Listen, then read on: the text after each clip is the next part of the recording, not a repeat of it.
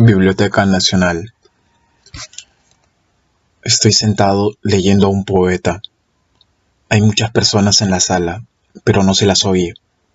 Están en sus libros. A veces se mueven entre las hojas, como hombres que duermen y se dan vuelta entre dos sueños. Ah, qué bien se está entre hombres que leen. ¿Por qué no son siempre así? Podéis acercaros a uno y rozarle. No sentirá nada. Podéis empujar a vuestro vecino a levantaros y si os excusáis hará un movimiento de cabeza hacia el lado de donde viene vuestra voz. Su rostro se vuelve hacia ustedes y no los ve. Sus cabellos son semejantes a los de un hombre dormido. Qué bueno es esto. Estoy sentado y tengo un poeta. Qué suerte. Quizás sean 300 los que están en esta sala leyendo, pero es imposible que cada uno tenga un poeta. Sabe Dios qué será lo que leen. Además, no existen 300 poetas. En cambio, qué suerte la mía. Yo, quizás el más miserable de estos lectores, yo, un extranjero, tengo un poeta, aunque sea pobre. Aunque mi chaqueta que llevo a diario comience a estropearse por algunos sitios, aunque a mis zapatos se les puede hacer este o aquel reproche. Sin duda, mi cuello está limpio, mi camisa también, y podría, tal como soy, entrar en cualquier confitería, en los grandes bulevares y adelantar sin temor la mano hacia un plato de pasteles y servirme. A nadie le chocaría, y nadie pensaría en gruñirme o expulsarme, pues aún es una mano de buena sociedad, una mano lavada 4 o 5 veces al día. Sí, no hay nada entre las uñas, el índice no tiene tinta y las muñecas, sobre todo, están limpias. Pues nadie ignora que los pobres no se lavan nunca tan arriba. Por lo tanto, su limpieza permite sacar ciertas consecuencias. Y las sacan. En los establecimientos las sacan, sin duda. Hay algunos individuos en el Boulevard Saint-Michel, por ejemplo, o en la Rue Racine, a los que mis muñecas no engañarían. Bien que se burlan de mis muñecas, me miran y lo saben. Saben que en el fondo soy de los suyos, que no hago más que representar una comedia. ¿No es carnaval? No quieren estropearme el placer. Gesticulan un poco y guiñan los ojos. Nadie les ha visto. Además me tratan como un señor. Por poco cerca que alguien esté de nosotros se muestran casi solícitos y hacen como si yo llevase un abrigo de piel, como si mi coche me siguiese. A veces les doy sous, temblando por si me los rechazan, pero los aceptan, y todo estaría en orden si no se hubiesen de nuevo mofado un poco y guiñado el ojo. ¿Quiénes son estas gentes? ¿Qué quieren de mí? ¿Me esperan? ¿Cómo me reconocen? Ciertamente mi barba tiene un aspecto algo descuidado y recuerda muy poco a sus añejas barbas enfermas y marchitas que siempre me han sorprendido. Pero, ¿no tengo derecho a descuidar mi barba? Ese es el caso de muchos hombres atareados y a pesar de ello no se les cuenta entre esos despojos de la sociedad, pues es evidente que estos forman el desperdicio y que no son simples mendigos, no, en el fondo no son mendigos, hay que distinguir, son desechos, mondaduras de hombre que el destino ha escupido, todavía húmedos de la saliva del destino, se pegan a una pared, a un farol, a una columna de la calle, dejando una mancha oscura y sucia. ¿Qué diablo quería de mí esta vieja, que con su cajón de mesilla de noche, donde rodaban algunos botones y algunas agujas, había salido de no sé qué agujero? ¿Por qué andaba siempre a mi lado y me observaba, como si se tratase de reconocerme, con sus ojos pitañosos, sus ojos en los que parecía que un enfermo había escupido flemas verdosas sobre los párpados sangrientos? ¿Por qué esta mujercita gris quedó de pie a mi lado durante un cuarto de hora ante un escaparate, haciendo resbalar un lápiz largo y viejo entre sus feas manos cerradas? Yo hacía como que contemplaba las cosas expuestas y no percibía nada. Pero ella sabía que yo la había visto, sabía que yo me había detenido y que pensaba en qué era lo que estaba haciendo, pues yo comprendía bien que no podía tratarse de lápiz, sentía que era una señal para los iniciados, una señal que los despojos conocen. Adivinaba que ella quería decirme que fuese a algún sitio, o quisiese alguna cosa.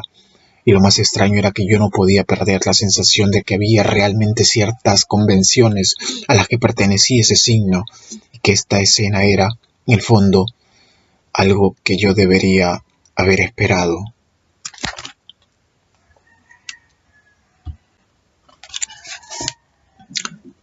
Fue hace 2 semanas. Después, no pasa un solo día sin un encuentro semejante, no solamente en el crepúsculo, sino en pleno día, en las calles más populosas. Llega de pronto un hombrecillo o una vieja, me hacen señas, me enseñan alguna cosa y desaparecen de nuevo, como si hubiesen hecho todo lo necesario. Es posible que algún día traten de llegar hasta mi habitación. Saben muy bien dónde vivo y tomarán sus precauciones para no ser detenidos por la concierge. Pero aquí, queridos, aquí estoy a salvo de ustedes. Es necesaria una tarjeta especial para poder entrar en esta sala. Tengo la ventaja sobre ustedes de poseer esta tarjeta. Atravieso las calles, como puede suponerse, con un poco de temor, pero por fin estoy delante de una puerta encristalada. La abro como si estuviese en mi casa. Enseño mi tarjeta en la puerta siguiente, rápidamente, como vosotros me enseñáis vuestros objetos, pero con la diferencia de que me comprenden, que saben lo que quiero decir, y después estoy entre estos libros, retirado de ustedes como si estuviese muerto. Estoy sentado y leo a un poeta. ¿No saben lo que es un poeta, Verlaine? ¿Nada? ¿Ningún recuerdo? No, no lo distingues de lo que conocen. No hacen distinciones, lo sé, pero leo a otro poeta, uno que vive en París, uno que tiene una casa tranquila en la montaña que suena como una campana en el aire puro, un poeta dichoso que habla de su ventana y de las puertas vidrieras de su biblioteca, que reflejan pensativas una lejanía amada y solitaria. Precisamente es el poeta que yo hubiera deseado llegar a ser, puesto que sabe tantas cosas acerca de las muchachas. Yo también habría sabido muchas cosas de ellas. Conoce a muchachas que han vivido hace 100 años, no importa que hayan muerto, porque él lo sabe todo, y eso es lo esencial. Pronuncia sus nombres, esos nombres ligeros, graciosamente alargados, como letras mayúsculas adornadas de cintas a la antigua moda, y los nombres de sus amigas de más edad, donde se oye ya un poco del destino, un poco de recepción y de muerte.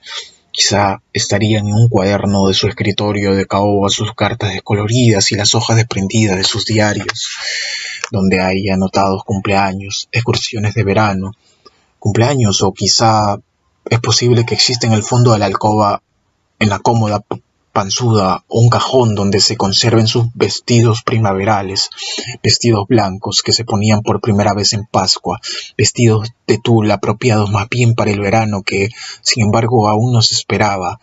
Dichosa suerte la del que está sentado en la habitación silenciosa de una casa familiar, rodeado de objetos tranquilos y de sedentarios, escuchando a los abejarucos que se ensayan en el jardín de un verde luminoso, y el reloj del pueblo a lo lejos.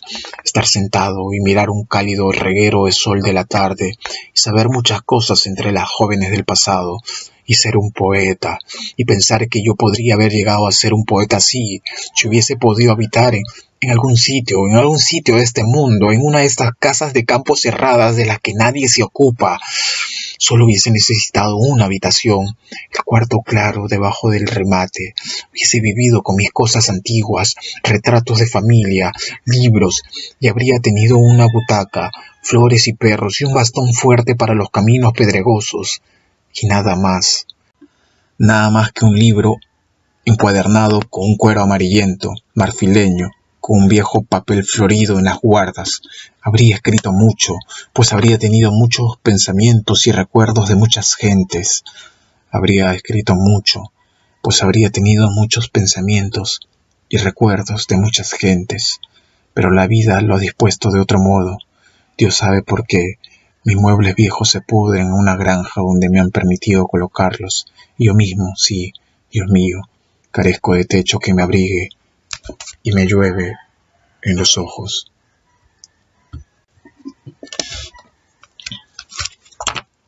A veces paso delante de pequeñas tiendas. En la Rue de Seine, por ejemplo, Son anticuarios libreros de viejo o vendedores de aguafuertes, con escaparates demasiado llenos. No entra nadie en su tienda, ni parece que hagan negocio. Si se les mira, se les ve sentados, siempre sentados, leyendo y despreocupados. No piensan en el mañana, no piensan en el mañana ni se inquietan por el éxito. No piensan en el mañana ni se inquietan por el éxito. Tienen un perro sentado ante ellos que se agita de buen humor, o un gato que agranda el silencio escurriéndose a lo largo de las hileras de libros, como si borrasen el lomo los nombres de las encuadernaciones. Ah, si esto bastase, a veces quisiera comprarme una de esas vitrinas llenas de cosas y sentarme allí detrás, con un perro, durante 20 años. El médico no me ha comprendido, no ha comprendido nada. Sin duda era difícil de explicar. Decidieron que era necesario tratar de electrizarme. Bien, me entregaron una ficha. Tenía que estar en la una. Fui. Tuve que pasar primero delante de una larga fila de barracas y atravesar varios patios en los que gentes cuyos gorros blancos les asemejaban a forzados estaban paradas bajo los árboles vacíos. Por fin penetré en una larga habitación sombría, con apariencia de pasillo que recibía toda la luz de un lado, por 4 ventanas de vidrio doble y verdoso, cada una de las cuales estaba separada de la otra por un lienzo de pared ancho y negro. Un banco de madera se extendía a lo largo y sobre este banco ellos estaban sentados, ellos, todos los que me conocían y esperaban, sí, todos ellos estaban allí. Cuando me acostumbré a la media luz de la habitación me di cuenta, no obstante, de que había también en esta interminable fila de gente sentadas otras personas, gentes humildes, artesanos, sirvientes y conductores de camiones. En el lado estrecho del pasillo, en sillas especiales, 2 mujeres gruesas estaban recostadas y conversaban. 2 concierges, probablemente. Miré la hora. Era la 1:05. En 10 minutos me llegaría la vez. No era tan terrible. El aire era malo, pesado, lleno de vestidos y de alientos. En cierta dirección, la frescura fuerte y creciente del éter penetraba por la hendidura de una puerta. Empecé a ir y venir. Pensé de pronto que me habían enviado aquí entre esta gente a este consultorio público superpoblado. Esto me confirmó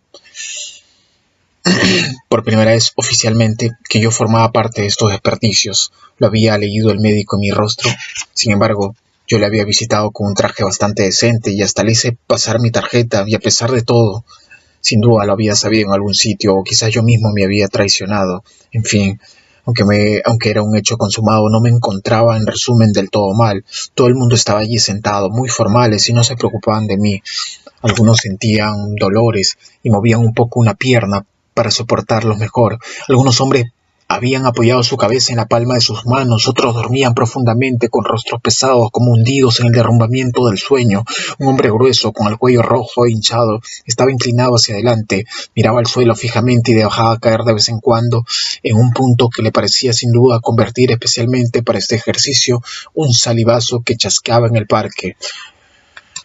Un niño sollozaba en un rincón. Había traído hacia sí en el banco sus largas piernas flacas y las tenía ahora abrazadas, estrechamente apretadas contra él, como si hubiesen querido separárselas. Una mujercilla pálida con un sombrero de crespón adornado con flores redondas y negras, colocado de través sobre los cabellos, tenía la mueca de una sonrisa en sus labios miserables, pero sus párpados heridos fluían sin cesar. Había sentada no lejos de ella una niñita de rostro redondo y liso, cuyos ojos inexpresivos salían de las órbitas. Su boca estaba abierta, de modo que se veían las encías blancas, salivosas, con los viejos dientes atrofiados, y había muchos vendajes que rodeaban con sus tiras, capa por capa, toda una cabeza, hasta no dejar ver más que un ojo que ya no pertenecía a nadie, vendajes que disimulaban y vendajes que dejaban ver lo que estaba debajo, vendajes que habían abierto y donde estaba extendida ahora, como una cama sucia, una mano que ya no era mano, y una pierna fajada que salía de la fila, grande como un hombre entero. Yo iba y venía y me forzaba por estar tranquilo, me ocupaba mucho del muro de enfrente, noté que servía de marco un cierto número de puertas de un batiente y que no alcanzaba al techo, de modo que este pasillo no estaba por completo separado de las piezas que debían de encontrarse al lado. Miré después mi reloj. Había recorrido la sala de espera durante 1 hora. Unos instantes después vinieron los médicos. Primero algunos jóvenes que pasaron con rostros indiferentes. Por fin el que yo había visitado con guantes claros, con sombrero de 8 reflejos y con abrigo impecable. Cuando me vio, levantó un poco su sombrero y sonrió distraídamente. Entonces tuve la esperanza de ser llamado enseguida. Pero aún pasó 1 hora. Ya no recuerdo cómo la pasé. Vino después un hombre viejo, ceñido con un delantal manchado, una especie de enfermero que me tocó en el hombro. Entré en una de las habitaciones vecinas. El médico y los jóvenes estaban sentados alrededor de la mesa y me miraban. Me dieron una silla.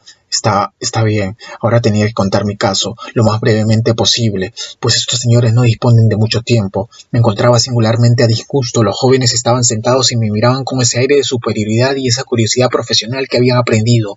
El médico que yo conocía acariciaba su barbita negra y sonreía distraídamente. Pensé que iba a deshacerme en lágrimas, pero me escuché contestar en francés: Señor, he tenido ya el honor de darle todos los informes que puedo dar. Si usted juzga indispensable que estos señores sean puestos al corriente, sabrá seguramente hacerlo en pocas palabras, pues a mí me sería infinitamente penoso. El médico se levantó con una cortés sonrisa, se dirigió hacia la ventana con los ayudantes y pronunció algunas palabras que acompañó con un movimiento de la mano vertical y oscilante. Al cabo de 3 minutos, uno de los jóvenes miope y negligente vino a mi mesa y preguntó, tratando de mirarme con aire severo: ¿Duerme usted bien, señor? No, duermo mal.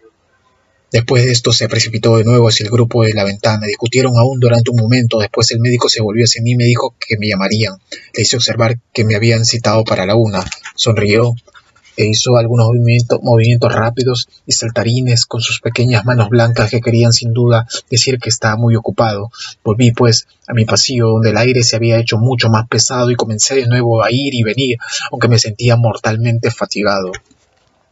El olor húmedo y confinado terminó por producirme vértigo. Me detuve a la puerta de entrada y la entreabrí. Vi que afuera duraba todavía la tarde y que hacía sol.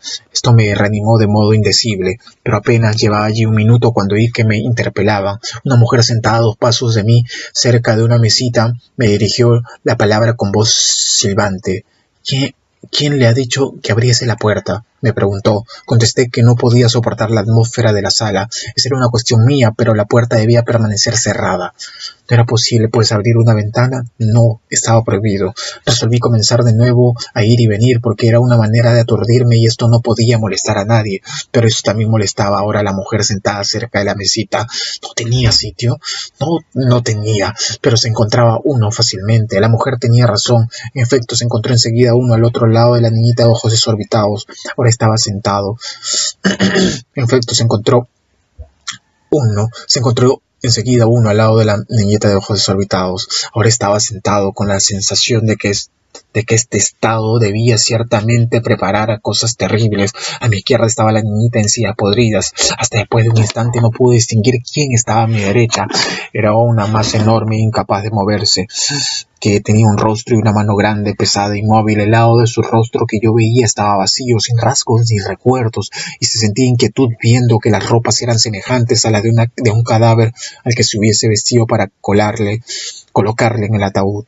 La estrecha corbata negra estaba anudada del mismo modo, suelto, impersonal, alrededor del cuello, y se veía que la chaqueta había sido puesta por otro cualquiera a este cuerpo sin voluntad. Se había colocado la mano sobre ese pantalón, juntamente en el sitio en que estaba, y hasta los cabellos estaban peinados como por cuidadores de cadáveres, ordenados con rigidez, como el pelo de un animal disecado. Observaba todo esto con atención y pensé que allí estaba el sitio destinado para mí, pues creía haber llegado por fin al lugar de mi vida donde podía quedarme. Sí, el destino sigue caminos muy singulares. De pronto se elevaron no lejos de mí gritos horrorizados, como de alguien que se defiende de un niño, a los que siguió un sollozo ligero y sostenido. Mientras me forzaba en adivinar de dónde podía haber venido ese ruido, un pequeño grito ahogado se perdió en un temblor y oí voces que preguntaban, una voz baja que ordenaba, y después una máquina indiferente empezó a ronronear sin ocuparse de nada más. Recordé entonces aquel medio tabique y comprendí que todos estos ruidos llegaban por encima de las puertas y que ahora trabajaban. En efecto, de vez en cuando aparecía el enfermo del delantal manchado y hacía señas. No pensé que pudiese ser a mí. ¿Era a mí? No, dos hombres estaban allí con un sillón de ruedas, depositaron la masa y vi ahora que era un viejo paralítico que aún tenía a otro lado, más pequeño y gastado por la vida, con un ojo abierto, turbio y triste. Le empujaron de la otra parte y justo junto a mí se me hizo un sitio ancho. Yo seguía. Sin embargo, sentado preguntándome qué es lo que tendrían intención de hacer con la niñita idiota, y si gritaría. Allí detrás las máquinas resonaban con un ruido de fábrica tan regular que ya no tenía nada de inquietante, pero súbitamente todo se cayó, y en silencio una voz pretenciosa y vanidosa que yo creí conocer dijo: Ries. Pausa. Ries, my ries. Yo ya reía, era inexplicable porque ese hombre al otro lado no quería reírse. Una máquina zumbó, pero se cayó enseguida. Se cambiaron palabras, después la misma voz enérgica se elevó ordenando, deletreando A-V-A-N-A, bam, silencio. Y entonces, cuando iba a balbucear tan blandamente, entonces por primera vez de hacía largos años, eso estaba allí de nuevo. Aquello que me había inspirado mi primer y profundo de terror cuando de muy niño estuve invadido de fiebre. Lo grande, sí, así lo había yo llamado siempre, cuando todos estaban de pie alrededor de mi cama y palpaban mi pulso y me preguntaban qué me había espantado. Lo grande. Cuando buscaron al doctor y vino, yo le pedí que hiciera únicamente que lo grande se fuese, esto y nada más, pero él era como los otros, no podía quitarlo, aunque yo fuese entonces tan pequeño hubiese sido fácil ayudarme. Y ahora estaba de nuevo aquí, después había desaparecido. No había vuelto ni en las noches de fiebre, pero ahora estaba aquí, aunque yo no tuviese fiebre, estaba aquí, aumentaba, brotando en mí como un tumor, como una segunda cabeza, como una parte de mí mismo que sin embargo no podía pertenecerme puesto que era tan grande. Estaba allí como una gran bestia muerta que hubiese sido antes, cuando aún vivía mi mano, mi brazo, y mi sangre me recorría y la recorría como un solo y mismo cuerpo, y mi corazón tenía que latir más fuerte para lanzar sangre hasta ella. Casi no había bastante sangre, y la sangre le penetraba difícilmente y volvía enferma y mala, pero ella se inflaba y crecía ante mi rostro como una joroba caliente y azulada, rebasaba mi boca y mi último ojo desaparecía ya en la sombra de un borde. No puedo recordar cuántos patios atravesé al salir.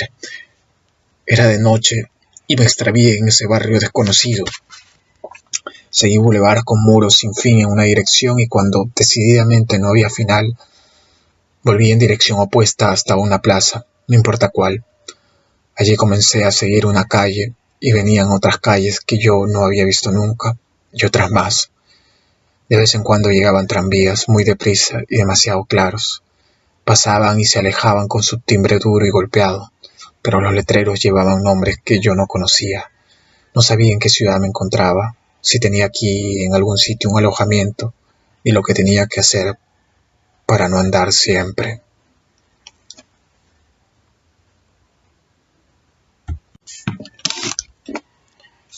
Es bueno decirse en voz alta: no ha sucedido,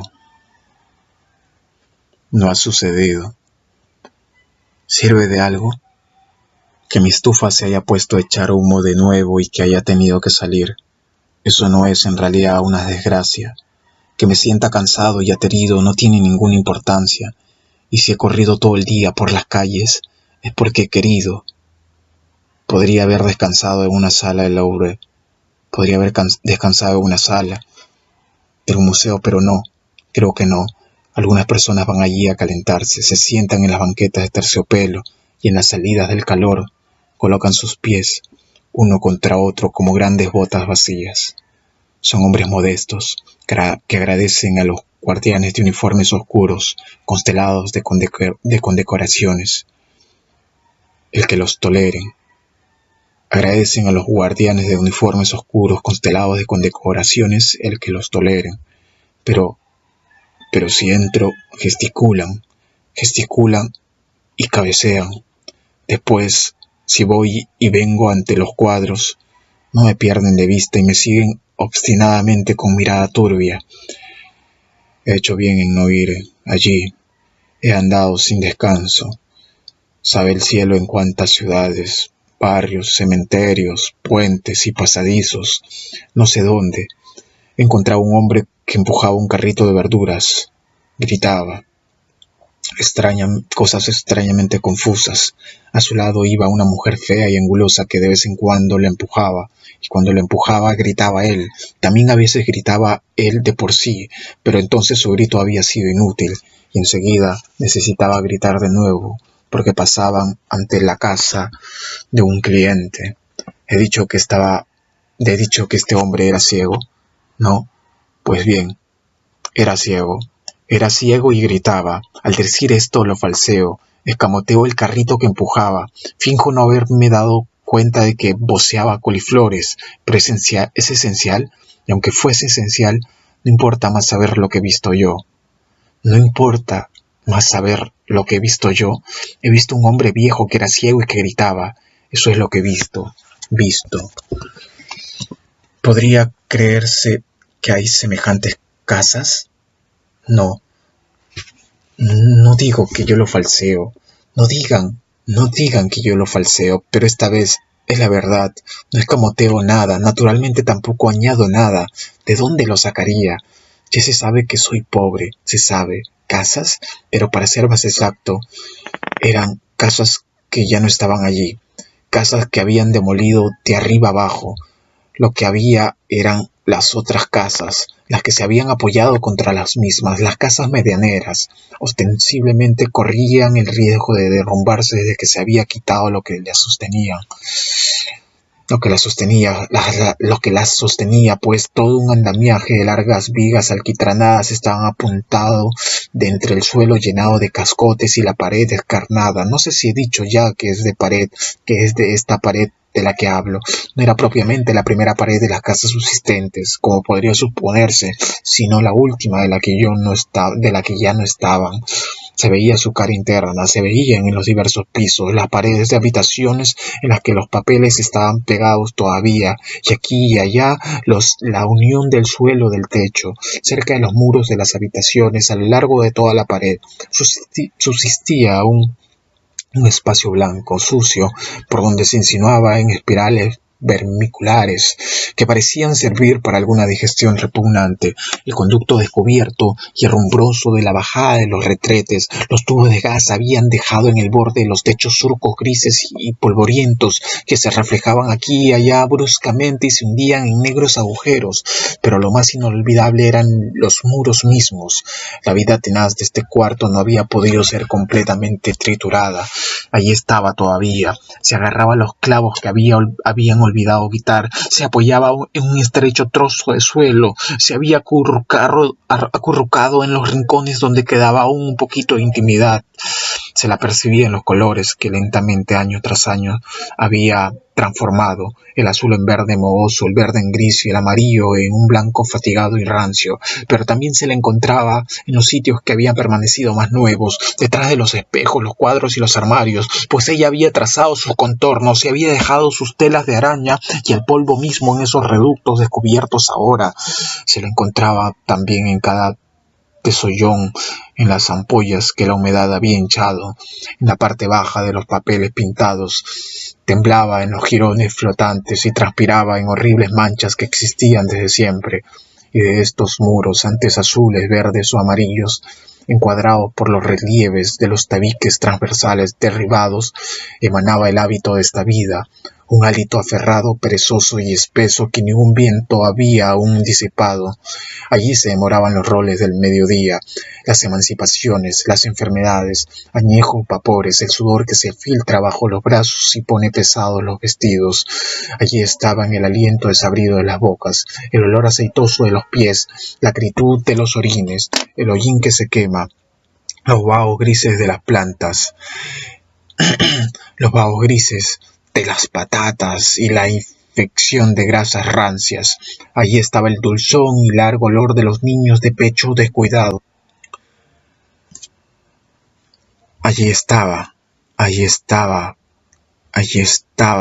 y el trasudor de las camas de los muchachos púberes, la angustia de los escolares, Allí estaba el dulzón y largo olor de los niños de pechos descuidados, la angustia de los escolares y el trasudor de las camas de los muchachos púberes, y todo lo que subía en bocanada del abismo de la calle, todo lo que se infiltraba por el techo con la lluvia que no cae nunca pura sobre las ciudades.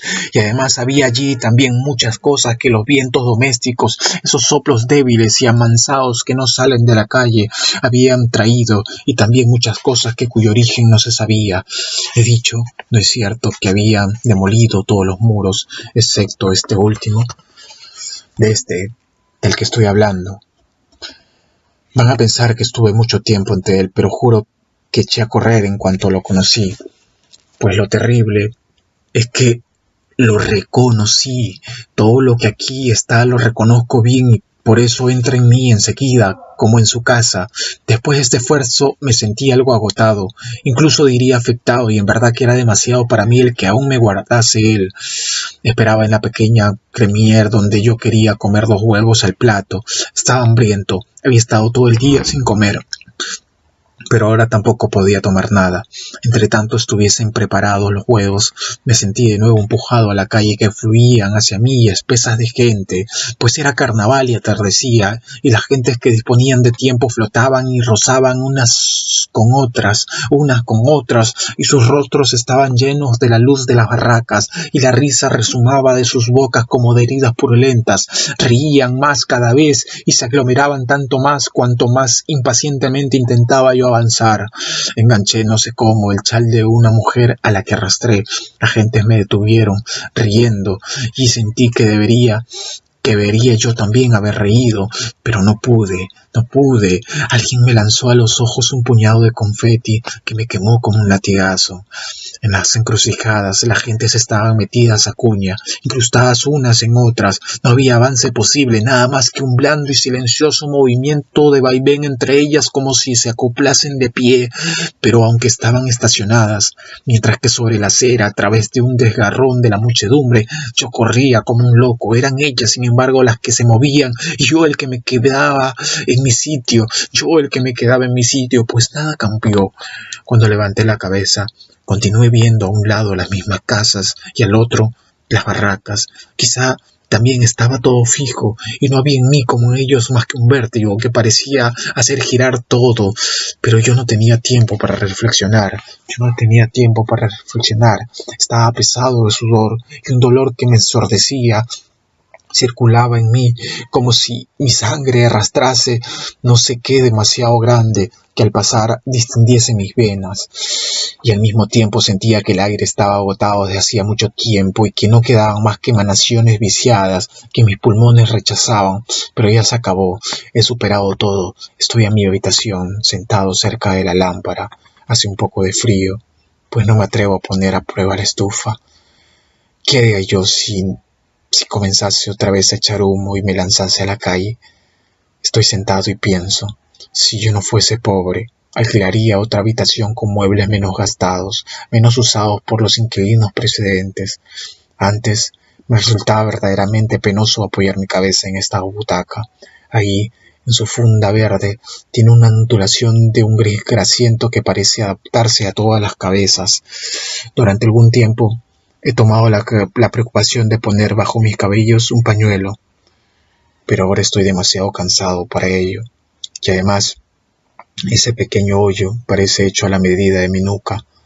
Pero si no fuese pobre, empezaría por comprarme una buena estufa y me calentaría con la fuerte y pura leña de montaña en lugar de estas detestables cuyas emanaciones me ponen la respiración tan irregular y la cabeza tan confusa, y además necesitaría a alguien que arreglase sin ruido y vigilase el fuego como yo deseo, pues a menudo, cuando tengo que quedarme un cuarto de hora atizando, arrodillado cerca de las brasas, cuyo cercano resplandor me quema los ojos y me tuesta la piel de la frente, abandono de un golpe todo lo que tenía en reserva de fuerza para el día, y cuando después desciendo entre las gentes, dan cuenta de mí fácilmente. A veces, cuando hay gente, tomaría un coche y pasaría al lado de los peatones, comería siempre en Ndúba y me arrastraría más hasta los Cremier. ¿La habría encontrado también en Duval? No, no la habrían permitido esperarme. Allí no dejan entrar a los moribundos. ¿Moribundos? Ahora que estoy al abrigo de mi habitación, voy a tratar de reflexionar tranquilamente sobre lo que me ha sucedido. Está bien no dejar nada en lo incierto, está bien no dejar nada en lo incierto. Así pues, entré y primero vi que alguien ocupaba la mesa en la que suelo sentarme. Saludé hacia el mostrador, encargué mi comida y me senté allí muy cerca. Fue entonces cuando de improviso le sentí, aunque no se movió. Precisamente lo que sentí fue inmovilidad y comprendí de pronto, comprendí de pronto. Una corriente se había establecido entre nosotros y conocí que estaba tieso de terror. Comprendí que el terror le había paralizado, terror de algo que pasaba en él mismo. Quizá un vaso se rompía en él, quizá un veneno temido durante mucho tiempo penetraba en ese preciso instante en el ventrículo de su corazón. Quizá un gran absceso se levantaba y se abría en su cerebro, como un sol que le cambiase el aspecto del mundo. Con un indescriptible esfuerzo me obligué a mirar hacia su lado, pues todavía esperaba que todo esto fuese imaginario, pero por fin me sobresalté y me precipité fuera, pues no estaba equivocado. Estaba sentado allí, envuelto en un abrigo de invierno negro y grueso, y su rostro gris convulso se hundía en una bufanda de lana. Su boca estaba cerrada, como si un peso súbito reposase sobre ella, pero no era posible decir si sus ojos veían todavía. Gafas empañadas y grises de humo los ocultaban y temblaban un poco. Las aletas de su nariz estaban dilatadas, su larga cabellera se marchitaba en sus sienes devastadas como por un color demasiado grande. Sus orejas eran largas, amarillas, como por un calor demasiado grande. Las aletas de su nariz estaban dilatadas y su larga cabellera se marchitaba entre sus sienes devastadas como por un calor demasiado grande. Sus orejas eran largas, amarillas, y hacía mucha sombra detrás de ellas. Sí, sabía que en ese momento se alejaba de todo, no solo de los hombres. Todavía un instante y todo había perdido su sentido, y esta taza y esta silla a la que se agarraba, todo lo cotidiano y próximo, se había hecho ininteligible, extraño y pesado. Así, él estaba allí sentado y esperaba que ello se consumara, y no se defendía ya. Y yo aún me defiendo, aunque sé bien que mi corazón lo tengo ya desprendido, y que si ahora mis verdugos me dejasen, no podría ni siquiera vivir ya.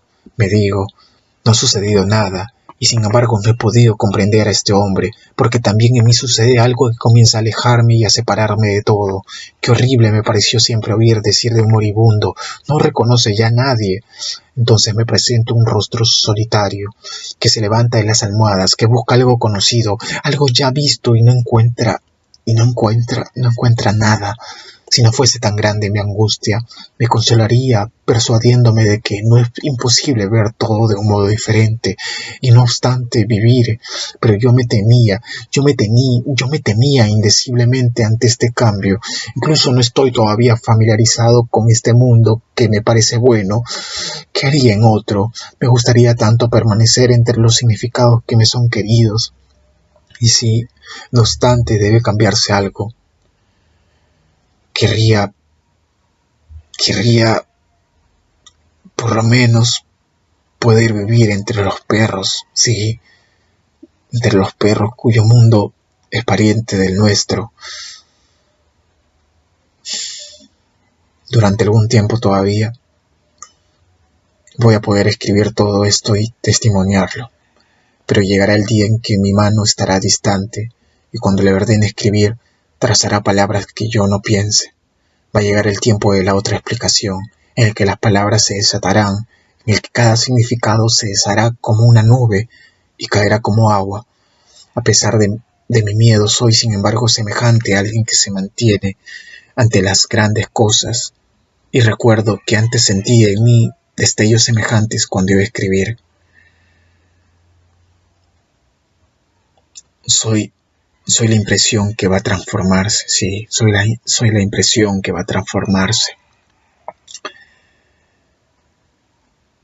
Oh, con un poco más podría comprender todo y aprobar todo. Pero esta vez estaré escrito. A pesar de mi miedo, como decía, soy sin embargo semejante a alguien que se mantiene ante las grandes cosas. Y recuerdo que antes sentía en mí destellos semejantes cuando iba a escribir, pero esta vez estaré escrito. Soy la impresión que va a transformarse, con un poco más podría comprender todo y aprobar todo. Un paso solamente y mi profunda miseria se transformaría en felicidad, pero ese paso no puedo darlo. He caído y no puedo ya levantarme, porque estoy roto. Sí, estoy roto. Hasta ahora he creído que podría venir un socorro. He aquí ante mí, de mi propia letra, lo que he rogado. Noche tras noche he transcrito esto de los libros donde lo he encontrado para que fuese más próximo, para que fuese salido de mi mano, como brotado de mí mismo, y ahora quiero copiarlo una vez más, aquí, ante mi mesa, de rodillas. Quiero escribirlo porque así lo tengo en mí más tiempo que leyéndolo. Sí, así lo tengo en mí más tiempo que leyéndolo, y cada palabra toma duración y tiene tiempo de resonar. Cada palabra toma duración. Tiene tiempo de resonar. Bueno, eran gentes de la nada, escribo. Eran gentes de la nada, gentes miserables, lo más bajo en la tierra. Soy para ellos un objeto de burla y el tema de su canción. Han abierto un sendero en mí, y para aumentar mi aflicción no tienen necesidad de socorro de nadie. Ahora mi alma se funde en mí y me ha atrapado la época miserable. Durante la noche mi osamenta está ladrada por todas partes y los que me persiguen no me dejan dormir. El golpe de la energía me reviste de un modo cada vez distinto y me ciñe con la abertura de mi túnica. Mis entrañas hierven y no cesan. Me ha atacado la época miserable. Mi arpa no es más que una queja. Mi arpa no es más que una queja. Y el sonido de mi flauta, un sollozo. Un sollozo.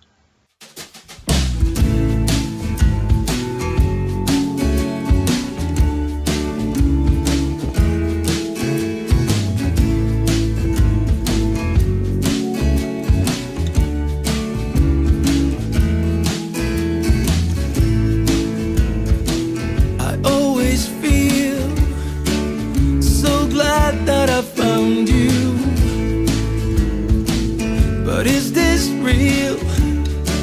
Or are you just part of my imagination? 'Cause you're too good to be true, and it gets me again. The way you look at my face, the way you save me the day, you make me smile all the time I'm around you. The way you touch my hands, I wish time never ends. You wanna hold me again.